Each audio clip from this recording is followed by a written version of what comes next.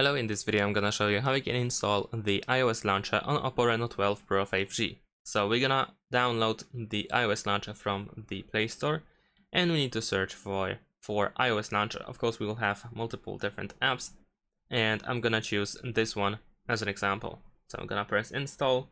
Now let's wait a couple of seconds to download and install the app on our device. And once it is done we can press open. Now, of course, at first we will need to grant some permissions. So let's wait a couple of seconds to load the app. Of course, we will see some ads. So let's skip the ad first. There we go.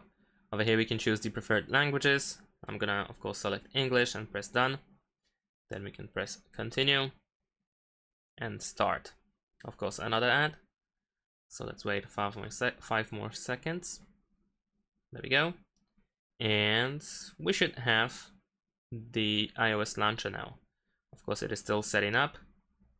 All right, we can set the OS home screen as default. So let's switch to launcher OS. And there we go.